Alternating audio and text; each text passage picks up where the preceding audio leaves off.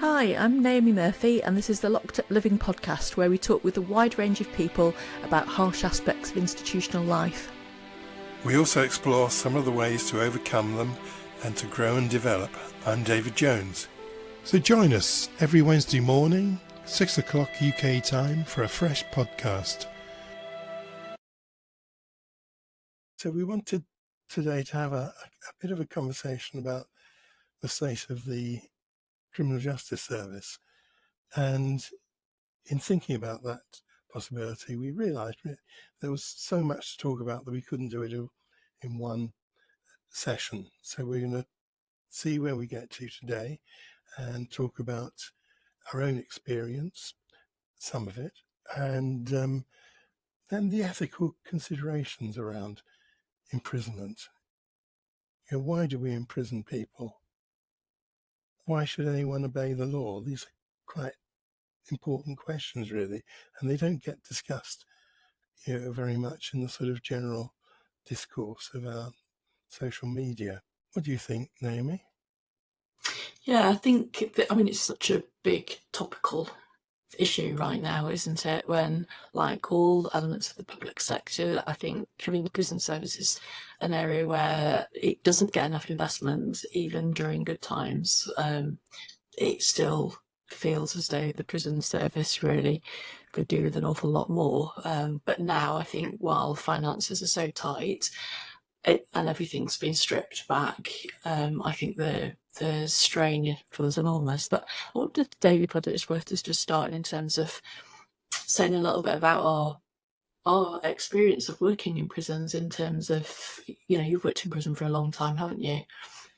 Yeah, well, and adjacent to prisons and the criminal justice sector, I think, because I began way back working in the Simon community, which was a shelter for homeless men, mainly people who were addicted to alcohol, predominantly in those days.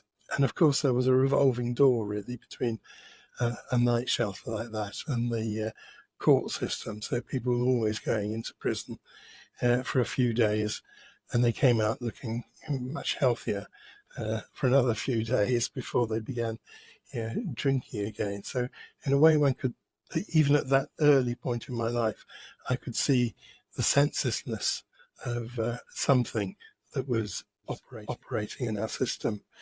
But then later on, I worked very closely alongside probation officers as I worked as a social worker.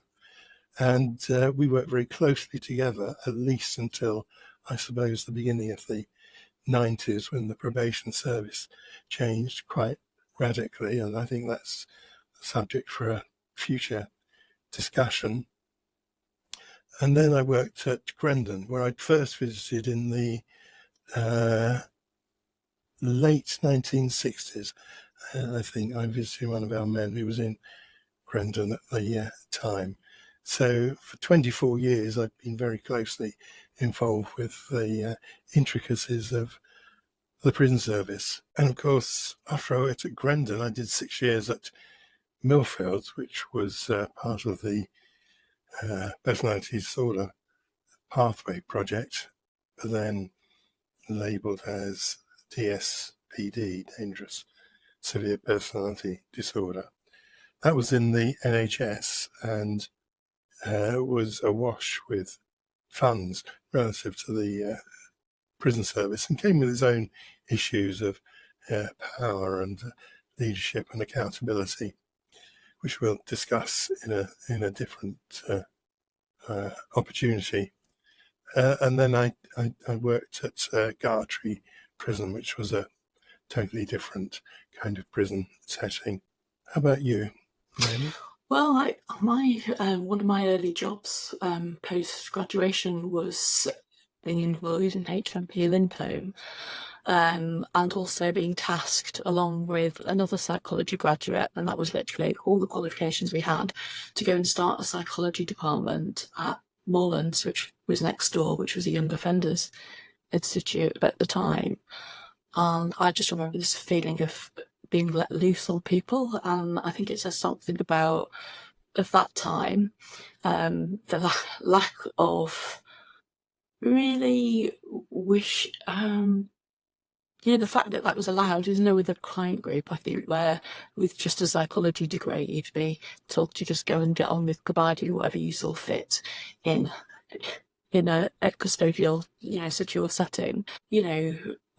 Very, very early on being, and at that time, the MSc in forensic psychology had just been, it'd been found to be not adequate as a qualification, so there was no professional training that you could do at that time. That was when the Birkbeck college qualification had been previously been used.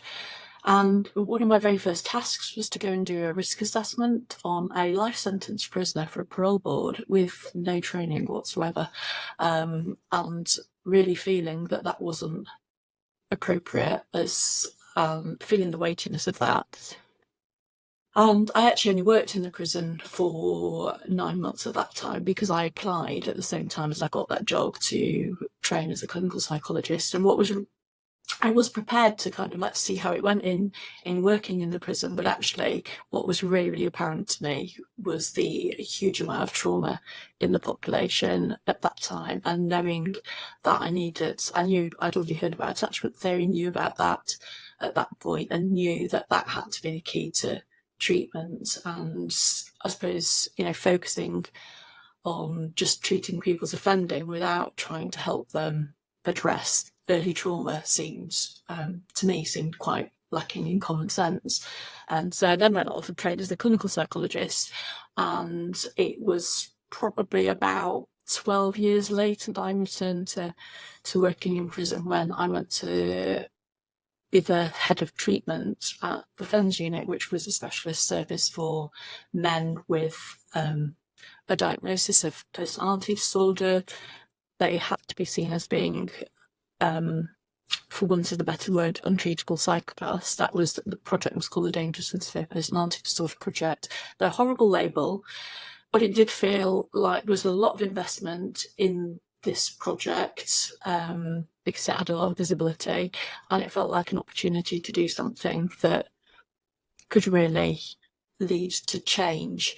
And I was aware of the good work at places like Grendon and the therapeutic communities, and it really felt like here's an opportunity to learn from some of those existing places that are in prison doing some good work, but also bring in more of a health focus in terms of thinking about therapy rather than psychoeducation or training, coaching, which is what often seemed to be what prisoners got in prison at that time. I don't know, is that your experience? Yeah, well, absolutely. Although when I first went to Grendon, of course, there was a war between the kind of approaches that you're just touching on obliquely there, the program approach, particularly the all-powerful SOTP, Sexual Offender Treatment Program. So between psychologists representing that camp, and I use that word deliberately really, and a more, I would say, reflected and psychological approach, which the therapeutic communities represented. And there was tremendous hostility directed towards therapeutic communities, and talking about the year 2000, really, that sort of period. So it was a very tough time to be representing the idea that you mentioned, that's identifying lots of considerable level of trauma among so many prison residents. But how did you resist the temptation to see what we're referring to as trauma? How did you avoid seeing it as just a way of getting an easier life or getting out of situations, which was a prevailing kind of attitude that I encountered? What do you mean, sorry? The idea that people were offering up their histories to minimise. Is that what you mean? Yeah, that's precisely that. Yes. Yeah, I think that's a good question, because I think that's very much the perspective of people that haven't had much contact with prisoners, isn't it? The idea that will be offered a bit to minimise. But my experience has been, actually, men find it far harder to talk about their own trauma than they do to talk about what they've done. They always seem to come with an expectation. They'd kind of acquired a script for talking about their offending, I would say. And I remember in the very first few weeks I went to work, well, there was a documentary shown that had been made by a director which featured a couple of the prisoners from the fence unit. And I was thinking, oh my God, they're talking about their offending like it's shocking, a shocking list or something. But I suppose they'd, gone into a detached way of talking about their offending. But actually, to get people to talk about what happened to them, I think they're facing all sorts of barriers. So I think they're fearful of talking about what's happened to them early on in life, for fear of being depicted as using it as an excuse. I think they don't like talking about things that make them feel more vulnerable anyway. I think it was very painful for them to engage with conversations about times when they'd been hurt or harmed. I think often because they felt as if they were, really emasculated by talking about their harm, the harm they've experienced. Often they've been raised in families where they've also, everyone they've known has been beaten as a form of punishment, so they've just accepted that as normal. So actually, I didn't feel that people were using their histories as a way of avoiding responsibility. And I also think in some ways we were quite lucky because of these 4 DSPD projects that started. I think each of those projects recruited clinicians with quite a similar sort of philosophical background. So there was moral support from each of the projects to do this kind of work. We were the first to have people in situ. But actually, we met regularly with people that were planning the other services, and they also took this kind of approach. I think there was kind of a strength in numbers, and I think that allowed for a bit of a sea change in terms of what was offered. And when the units opened, actually, although we had the most dangerous men in England in our service, they'd come from long-term segregation, they'd been kicked off every offending behaviour programme, or seen as being too dangerous to do it. And actually, what happened was, because the men felt quite safe, because we were using a trauma-informed approach, their behaviour was actually a lot better than they'd been in other places. And to some degree, I do wonder also if that undermines the visibility of the good work that's done, because I think people would come in and they'd see what looked like a normal prison wing, very settled, a nice atmosphere, and they would forget the histories of, the violence that some of these men had perpetrated whilst in prison, their use of self-harm and aggression as problem-solving strategies, because they would just see people who are actually quite calm and stable. So what was it, do you think, that enabled that change in behaviour then, from people who were elsewhere seen as the most difficult or the most dangerous people in Britain? I think we understood that they were mistrustful. They'd had awful histories, and so of course they were mistrustful. I think, but I think there can be an arrogance for psychology and psychotherapy, any mental health professional actually, to assume that because our motive is a good one, we want to offer something helpful and kind, help people grow. We assume that just by being pleasant in our interactions, that we will be perceived as safe authority figures. But of course, many of these people are people who've been sexually abused, have been groomed, and so actually smiling and being nice looks quite threatening to individuals. And we were able to understand that a lot of really challenging behaviour was actually a way to keep safe, that it allowed people to get close enough to get their needs met, but keep people at arm's length so that they weren't going to be hurt or harmed.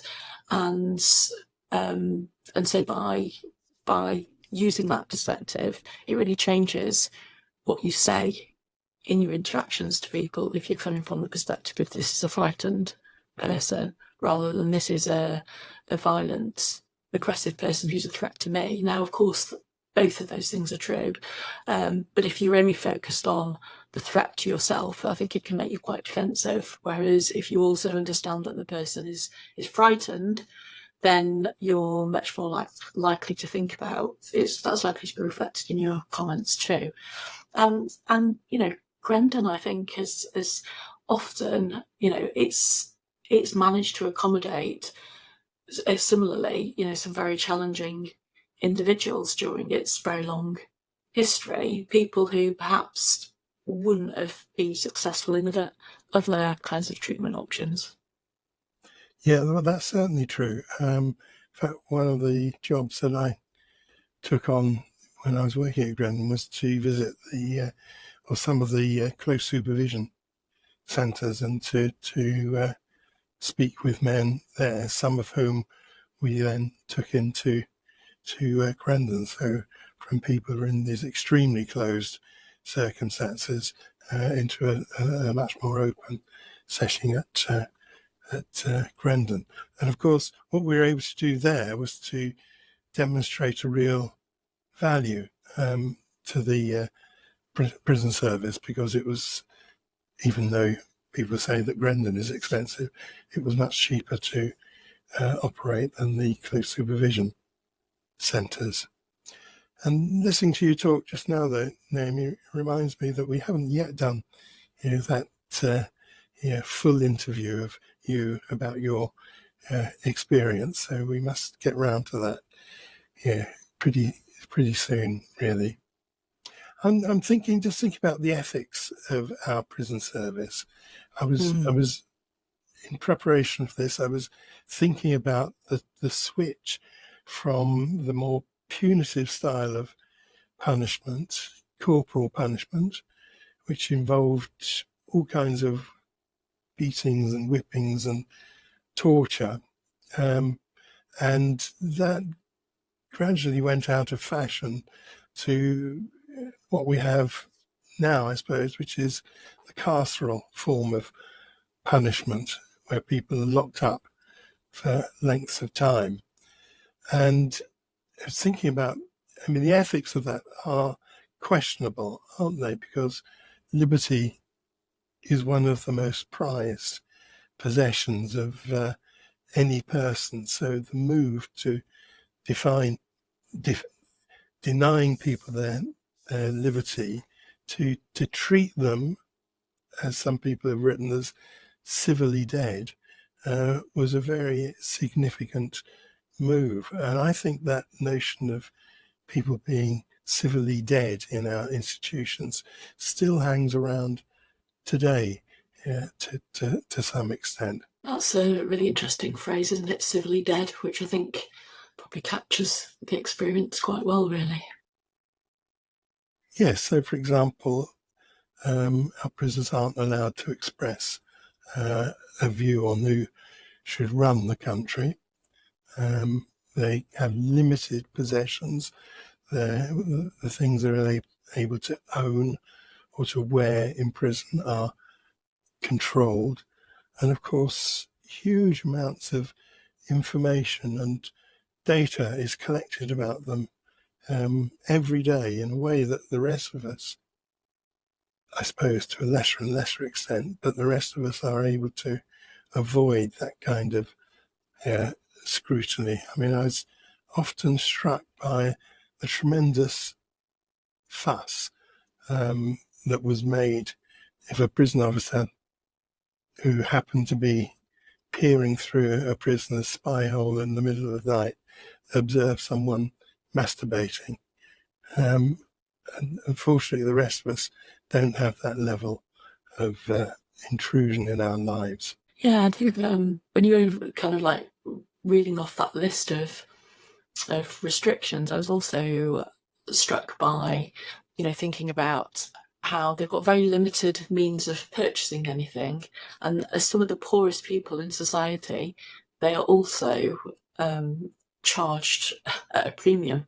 The what was one of the complaints people in prison often raised was the price they were having to pay to buy stuff from a very restrictive canteen list, that would cost more than they would be able to, they'd be able to get it much cheaper outside. And just thinking back to I'm not advocating for return to public hanging, flogging, or, public shaming. But, I'm not sure that imprisonment in itself is any more effective than public shaming, for instance, as a form of treatment to offending behaviour, and whether some people might actually prefer that option, or feel they get that option as well as being imprisoned. But I think, when I think about the ethics of prison, it brings to mind something else for me, that for a long time I felt as though an awful lot of everybody probably has some kind of idea about what prison is like, and you watch programs like the Sean Bean program Time, and in a way, that's kind of like all the worst aspects of prison, all mustered up in a 3-part series, and all of those bits in some best in resemblance to reality. But and that obviously isn't prison in its entirety, but those elements do make prison feel very, very uncomfortable, no matter what somebody's done. And whilst I accept there are people who's so dangerous that they do need to be somewhere contained, I suppose for a long time I felt like prison is generally not that great a place, that it is open to abuse of power. Actually, what I felt I was doing was helping deliver a service where it was quite a community focus, and it felt like within that community of the Fens unit, it felt like we were providing somewhere where people could feel safe and they could be heard and validated and could experience genuine care and compassion. And we couldn't do anything about the rest of the prison, really, or very limited means to influence what happened in the rest of the prison, but it felt like we were providing something that felt quite good, and the prisoners would give that feedback.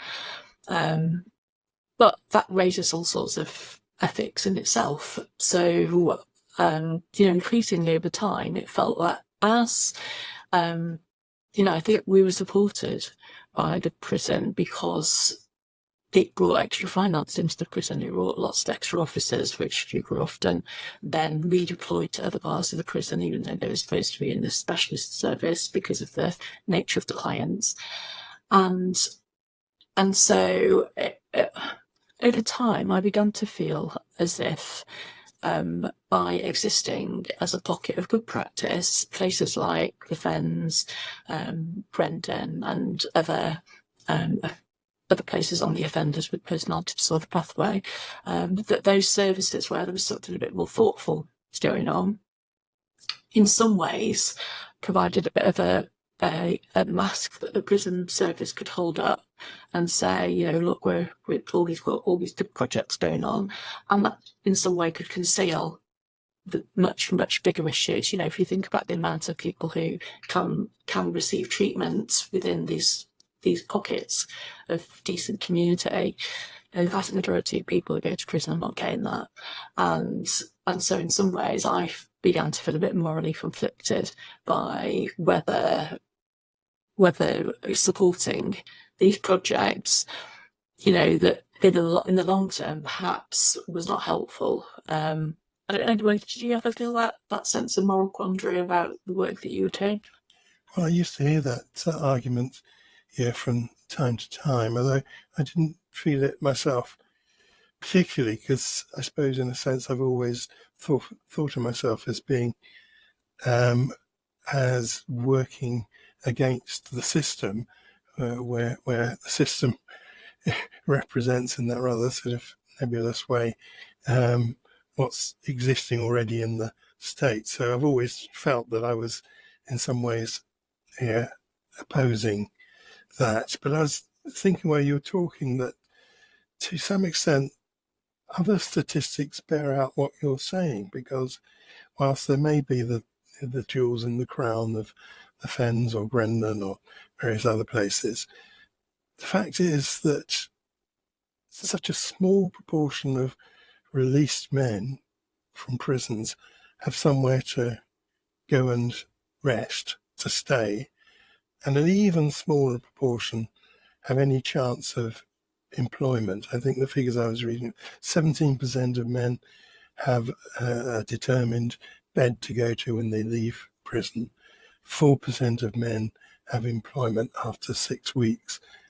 And we know absolutely that those two factors can make a huge difference to the ability of people to stay free of running into the law, which seems to suggest that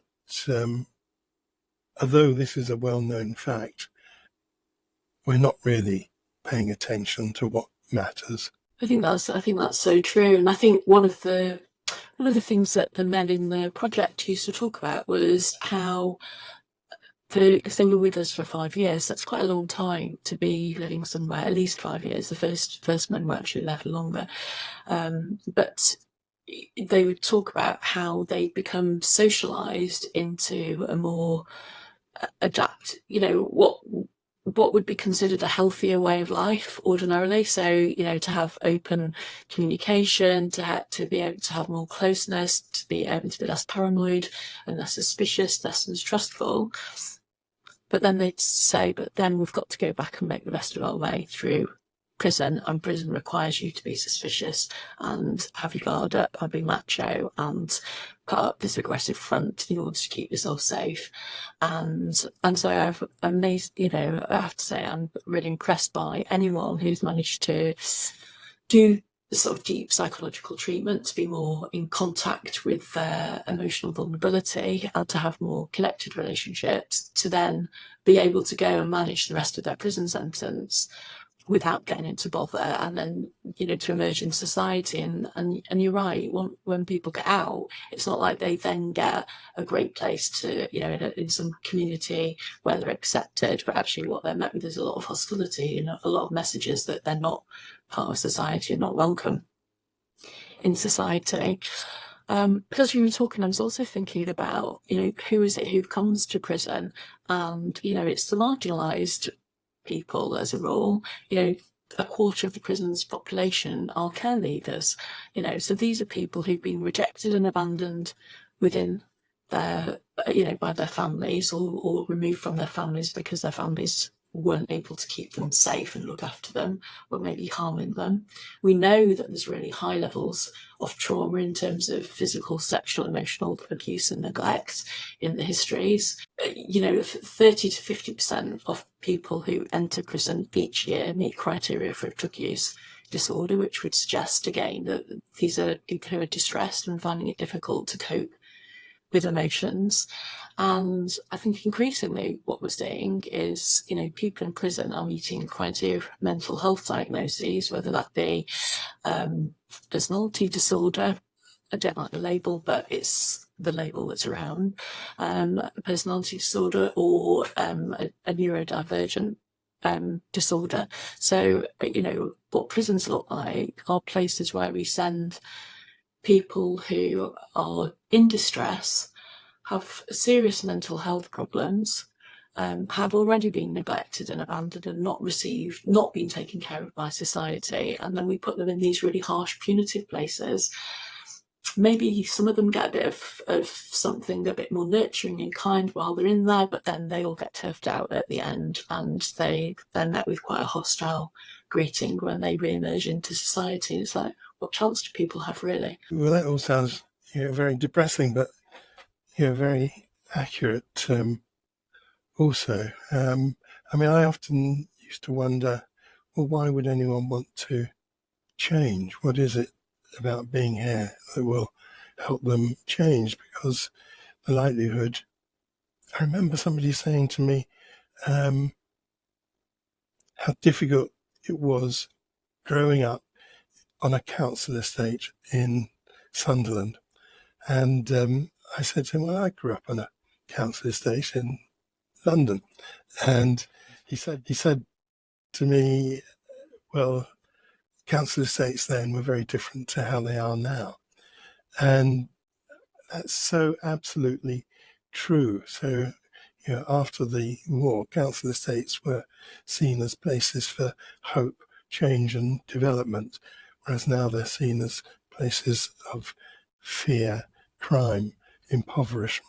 I suppose I'm just thinking about that question you posed a moment ago.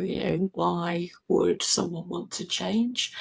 And I think there is that. I really like the phrase "physis," though, the human need for growth.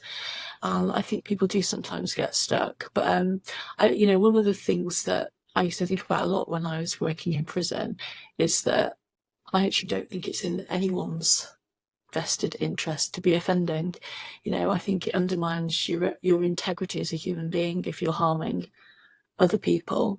And so I actually don't believe that that's the best option for anyone. Sometimes people feel they have no other way of exerting their power or getting their needs met, or they're really frightened. But I do believe in the idea that like a plant, we're all kind of like, we do try to grow towards the sunlight. And I think if you provide people with sunlight, then they will try and make the best of that. But lots of people don't get sunlight, do they? They're in a cupboard. So I think if you give people the right conditions for growth, don't get me wrong, I'm not saying that you shouldn't be wary at times about people's motives. I have seen people do amazing things in prison, also be amazingly kind and supportive to other people, and not because they were looking to be on the make from it, but just because out of kindness and compassion. And I think we have to have some hope and belief in the human spirit if you go into a working place like that. And I think what's quite sad is that when you're exposed to a lot of the sort of darker side of society, that it can make you quite jaded. I mean, I think this is the root really of why we started the podcast, that people can get quite cynical and kind of always assume the worst.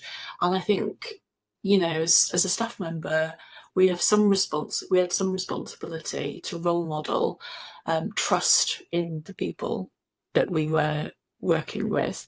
I don't mean sort of naive, unquestioning trust, but I think we had to be capable of putting some trust and hope in people in order to, how can we expect them to have hope and trust if we're not role modelling it ourselves? Yeah, that's very well put. And I think we should stress that we're not really having a moan here about the people who work in the criminal justice service, because we both worked with some terrific, dedicated individuals who have committed a huge amount of time, energy and thought into the work that they do. They often, colleagues have gone well beyond the call of duty. So we're not really having a knock at certainly the places that we've both worked at and the people we've worked in. It is something much deeper about the system and how it's administered, and the kind of political and social forces that come down to bear upon that. Absolutely agree with you. And I always felt like if, heaven forbid, any of my family relatives ever ended up in prison, I often felt like I knew that they would get good treatment if they were in the service, where there were so many amazing prison officers. Absolutely, went way beyond the call of duty. I would say expressed really used a lot of love and compassion to do their job on a daily basis, and really went out of their way to understand and connect with people. So it's absolutely not a criticism of individuals, but I think the system is not a healthy system. And I also think, and that's not necessarily just the system's fault. Society projects onto prisons and isn't prepared. I think prison really is a place for people who society has washed its hands of, and these are people who society's never really taken responsibility for. You know, prisons exist because we're actually really bad at looking after our children and keeping them safe, and making sure that they're loved. And actually, if we did a better job of that as a society, there would be no need for prison. So they're really complicated dynamics and societal themes that play into imprisonment. But ultimately, I think it results in something that's actually very, very unhealthy. Yeah, that's so well put, Naomi. It sometimes seems as if the debate over whether we should have a corporal system of punishment or a carceral rehabilitative system of punishment, the argument over that is still going on, and the debate rages in some of our national papers and on the radio and the television. Sorry, are you going to say? Well, I was just going to say, that's one thing I can't really get my head around in terms of why is there such a debate, because we have known for decades what was likely to work better. There are much better models of justice in other countries, and when you talk to members of the public, actually quite often when they're given more nuanced information, they're able to be a bit more reflective and compassionate. So I kind of think it's not about a lack of knowledge or information. It's something, some other function is being served. That where I think there's a lack of will to change. You kind of have to feel almost as though it's quite intentional, really. Well, it does seem to be quite intentional, but there's no ignoring the reality of it, because whilst I think we'd struggle to go back to the days of whipping people in the public square, there certainly is a constant cry for more and more and more punishment, so longer and longer sentences. Of course, that's one of the things which then contributes to overcrowding in the prisons, because fewer people are getting out quickly at the other end.